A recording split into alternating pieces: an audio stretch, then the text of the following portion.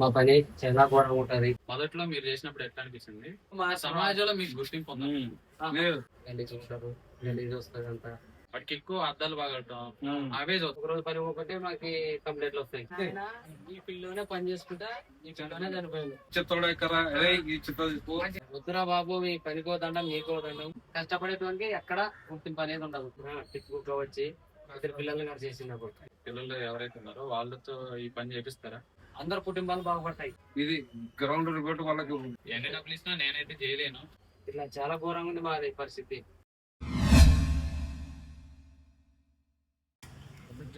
ఇక్కడ ఇప్పుడు ఇందులో ఈ గదులలో ఉంటారన్నమాట అందరు. లోపలికి ఉంది ఇంకా వీళ్ళుండే ఏరియా చూడండి ఎలా ఉందో. ఈ ఏరియాలో ఉంటున్నారు. ఇక్కడ నీళ్ళ సదుపాయం లేదు. సో ఇగో ఇలా క్యాన్లు తీసుకొని వచ్చి వాడుకుంటారన్న ఇట్లా. వాటర్ ప్రాబ్లం ఇక్కడైతే నీళ్ళ సదుపాయం లేదు. ఇలా డ్రమ్ముల్లో క్యాన్లు తీసుకొస్తున్నారు. ఇలా క్యాన్లు ఎక్కడ పట్టుకొస్తారా నీ వాటర్? అంగన్వాడి అక్కడ పట్టుకొని వచ్చి ఇక్కడ వాడుకుంటున్నారు అనమాట. మీరందరూ ఇప్పుడు ఇదే పని చేస్తారా? ఎట్లా ఉంటదన్న మీకు పని అసలు? మా పని చాలా ఘోరంగా ఉంటది.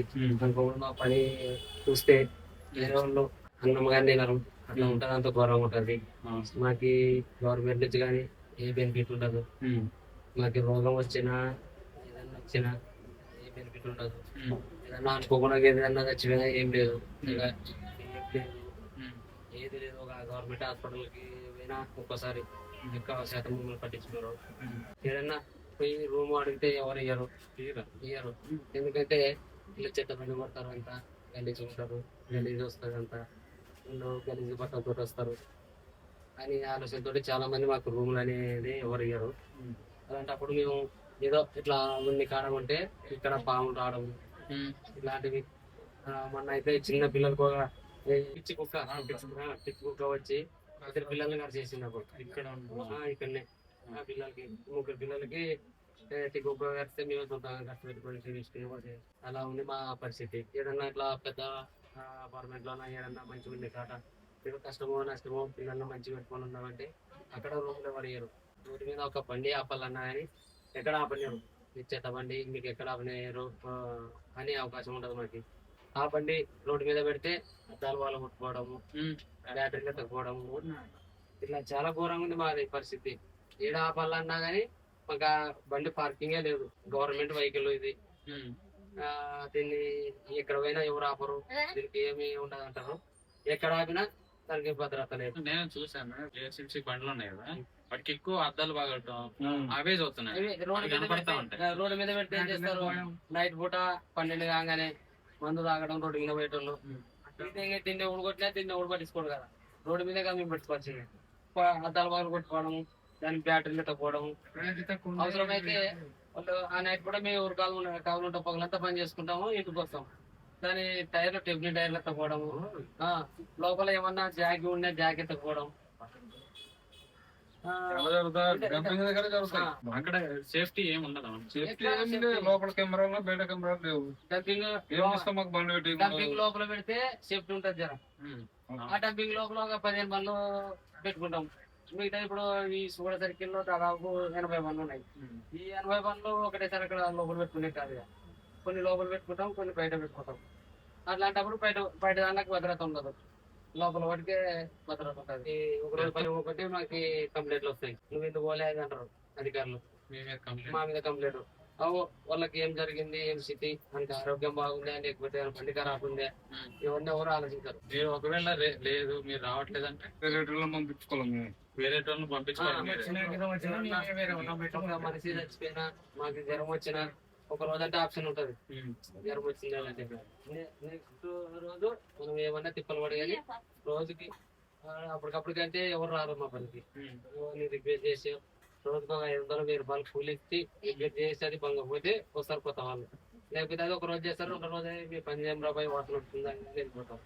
ఇలా ఉంటుంది మా పరిస్థితి. మొదట్లో మీరు చేసినప్పుడు ఎట్లా అనిపిస్తుంది, ఇప్పుడు మీరు చేసినప్పుడు ఎట్లా అనిపిస్తుంది? పని కొద్దిగా మాకు అలవాటు లేదు కాబట్టి కొద్దిగా కష్టం అనిపించింది.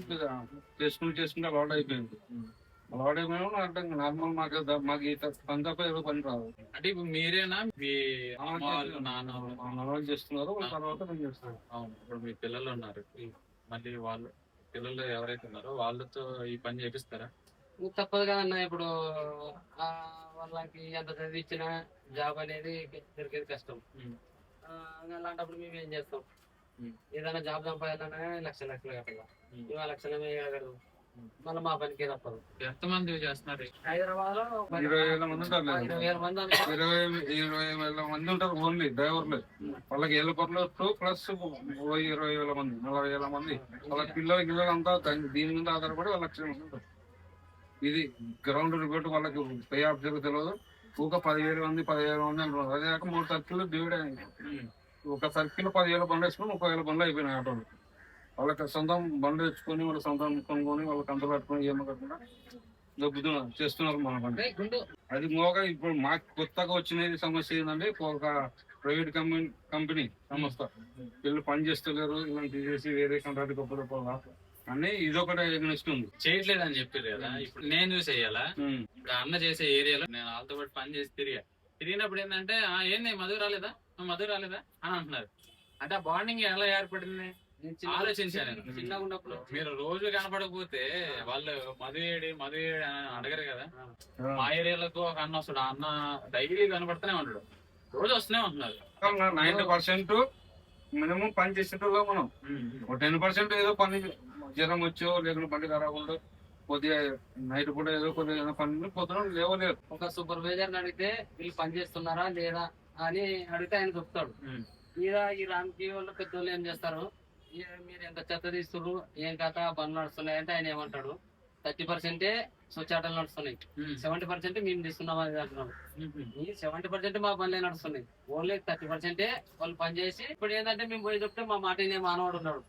అది ఒక పెద్ద కంపెనీ కదా, వాళ్ళ మాట వింటారు కానీ మా మాట ఎవరు వింటారు అన్న. అట్లా ఉంది సమాజం. కష్టపడేటువంటి ఎక్కడ గుర్తింపు అనేది ఉండదు. ఏదో మీద వాళ్ళు పోయి ఒకసారి ఆఫీస్ రూమ్ లో మేము మొత్తం మా రామ్కి కంపెనీ పనిచేస్తుంది, వాళ్ళు స్వచ్ఛాట వాళ్ళు ఏం పని చేస్తలేరు, మీరు బండి ఇచ్చి వేస్ట్ అనే విధానంగా ఈ రామ్కి కంపెనీ అవన్నీ వాళ్ళు చూస్తలేరు, మొత్తం వాళ్ళు తిరుగుతలేరు. రోడ్డు మీద చెత్త పడుతుంది. రోడ్డు మీద చెత్త అంటే మీరే ఇస్తున్నారు, సమాజం మేము కదా. రోడ్ల మీద చెత్త పడుతున్నారు, పొద్దున్న చూపించారు, చూడండి ఎట్టేస్తున్నారు, బండి ఇక్కడే ఉంది, ఆ చెత్త వేసుకొచ్చి ఇక్కడ ఎత్తున్నారు, బండిలో వేయచ్చు కదా. ఇప్పుడు మీరు దాన్ని మీరు ఏం చేయగలుగుతారు? దానికి 90% పబ్లిక్ లో మోటివేట్ కావాలా. పబ్లిక్ ప్రతి ఒక్కరు బయట పడేస్తే రోగాలు వస్తాయి, అందువల్ల కాయలు వస్తాయి. కాబట్టి మనం ప్రతి ఒక్కరు చాట తెచ్చుకుంటే అది 50 ఇస్తాడో 100 ఇస్తాడో ఆయన నెల తర్వాత ఏదో ఆయన ప్రేమ కొద్ది ఇచ్చినట్టు తీసుకెళ్లిపోతాం. మనం వాళ్ళు రోడ్డు మీద వాడక మా పనులకి ఇస్తే ఈ కంప్లైంట్ మా పని మేము చేసుకుంటే సాగు. రోజు పని పోకపోతే మేము ఒక్క రోజు పోకుంటేనే ఒక్క రోజుకి స్మెల్ వచ్చేది. అంటే 2 రోజులు 3 రోజులు బంద్ పెడితే సిటీ మొత్తం దోమలు వచ్చేసి మొత్తం రోగాలు వచ్చేది.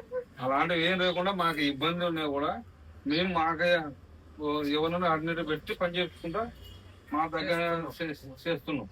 ఇంకొకటి మీ ఛానల్ ద్వారా ఒకటి చెప్పాలనుకున్నామన్నా, ప్రతి ఒక్క ఇంటి ఓనరు బాధ్యత తీసుకొని రోడ్డు మీద చెత్త పడకోకుండా మీరే చూసుకోవాలి.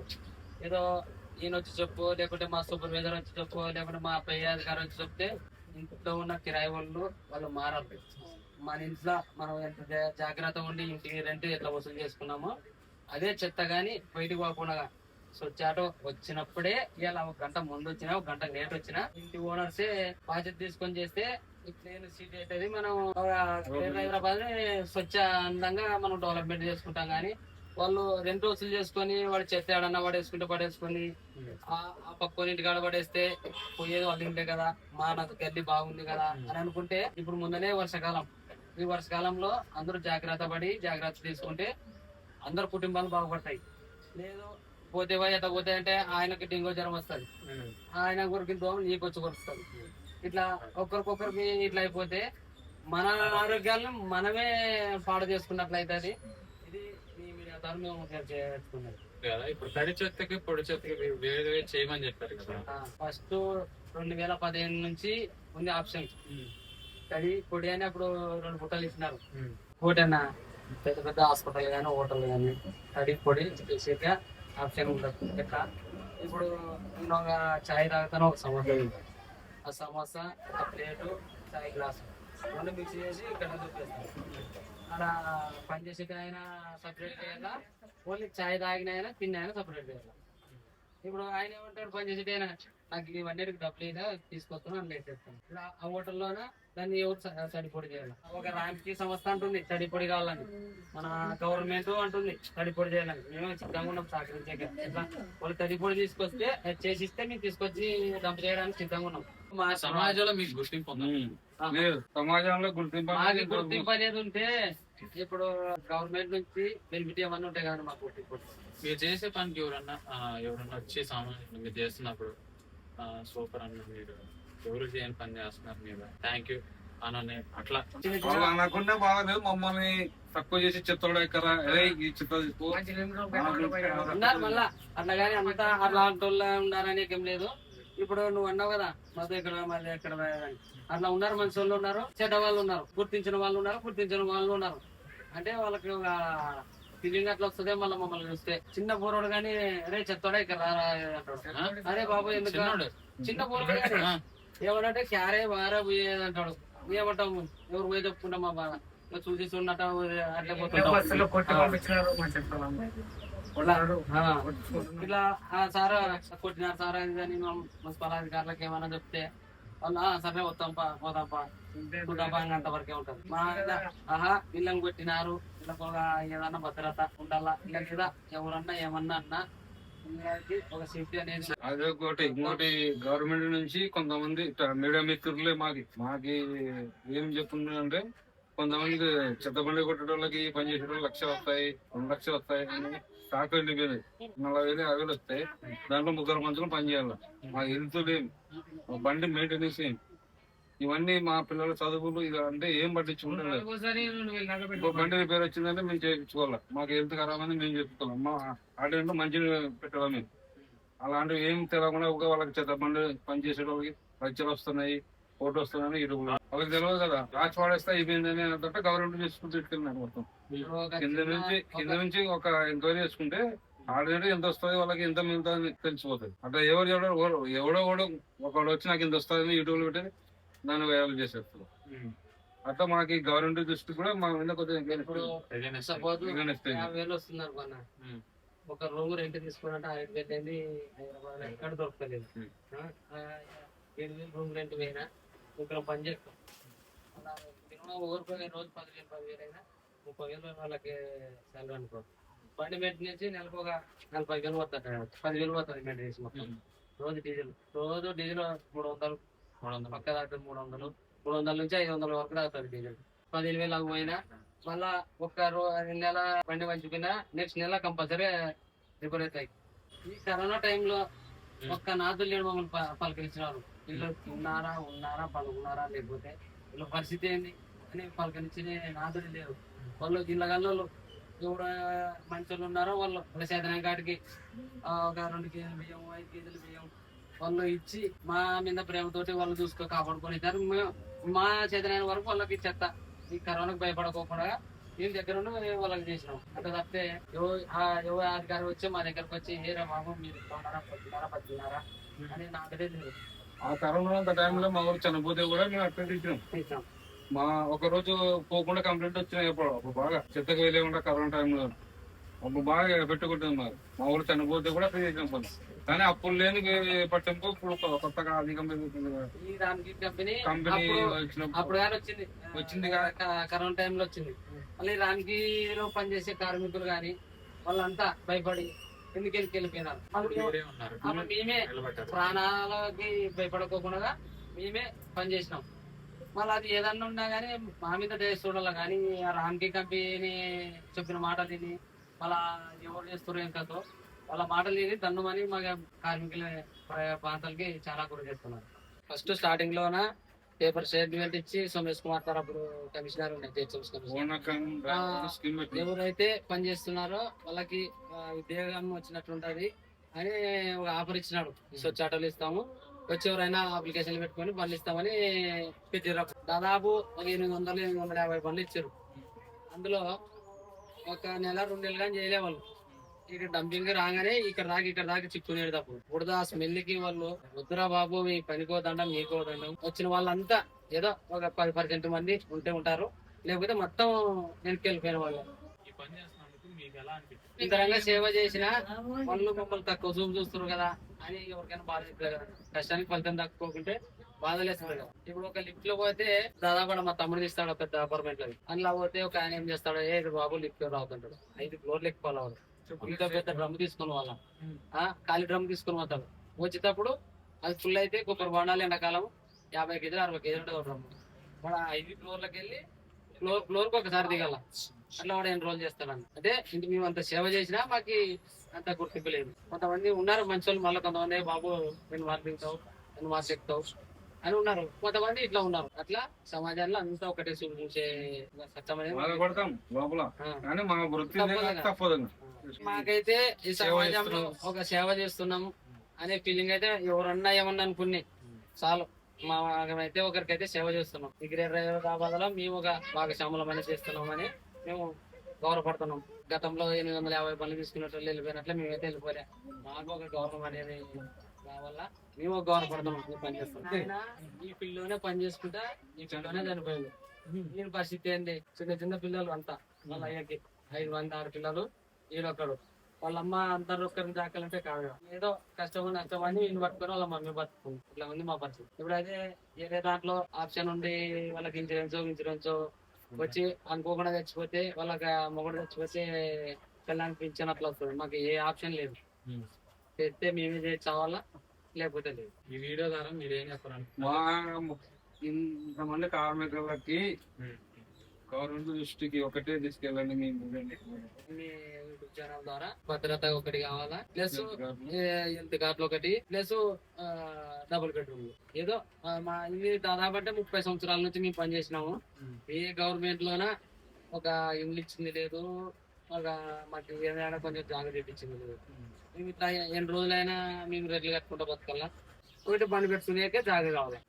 ఇలాంటివన్నీ రేవంత్ రెడ్డి సారు మా మీద దయ చూసి మాకు ఇట్లాంటివన్నీ ఇప్పించే ఆలోచన చేయాలి. అర్థమైంది. మీరు చేసే పని మంచి పని చేస్తున్నారు, నలుగురికి మంచి జరుగుతుంది దీనివల్ల. న్యూస్ వచ్చింది చెప్తా, వాళ్ళు అన్ని ఇంట్లో పెట్టుకొని ఉండి ఇల్లంతా కంఫర్ట్ పోయింది. సో అట్లా ఎవరి ఇల్లు అట్లా కాకుండా మీరు రోజు వెళ్ళి తీసుకొని వస్తున్నారు, వాళ్ళు ఇచ్చే 10 తీసుకుంటున్నారు, చేస్తున్నారు. సో ఎంత చేసుకున్నా కానీ వచ్చే లోపల ఎంత వచ్చినా గానీ ఇలాంటి పని చేయాలని అంటే ధైర్యం ఉండాలా, సమాజాన్ని ఎదుర్కొనే శక్తి కావాలి మనిషికి. అది ఉంటే తప్ప ఇలాంటి పని చేయాలన్నా గానీ ఎన్ని డబ్బులు ఇచ్చినా నేనైతే చేయలేను. కరోనా టైంలో మంచి పెద్ద ఉద్యోగస్తులే ఉత్తరాబాయ్ మాకు ఇట్లని మంచి డాక్టర్లే వదిలేసుకొని ఇంటికాడ వస్తున్నారు. అలాంటప్పుడు మా కార్మికులు ఎవరే గాని భయపడకోకుండా ధైర్యంతో సావుకి ఎదురెక్కిపోయి పనిచేసినారు గ్రేటర్ హైదరాబాద్ లో. మేము ఒక స్వచ్ఛ సేవకులం అంటాం. ఆ టైంలో మీ చేయడం అనేది అసలు మామూలు విషయం. Super, thank you. మీరు చేస్తున్నారు, మీరు ఈ పని చేస్తున్నందుకు నేను కూడా గర్వపడుతున్నాను. ఎవరేమనుకున్నా కానీ మీరు చేసే పని ఎక్కడ ఉంటుంది, ఎవరు కనపడకపోయినా ఇక్కడ ఉంటారు. Okay, thank you. ఓకే, నేను మీ ముకుందా ఎప్పుడు ఉంటా బతుకు తెరే స్టోరీస్ నిండా ఇంకొంటాం రే. బాయ్.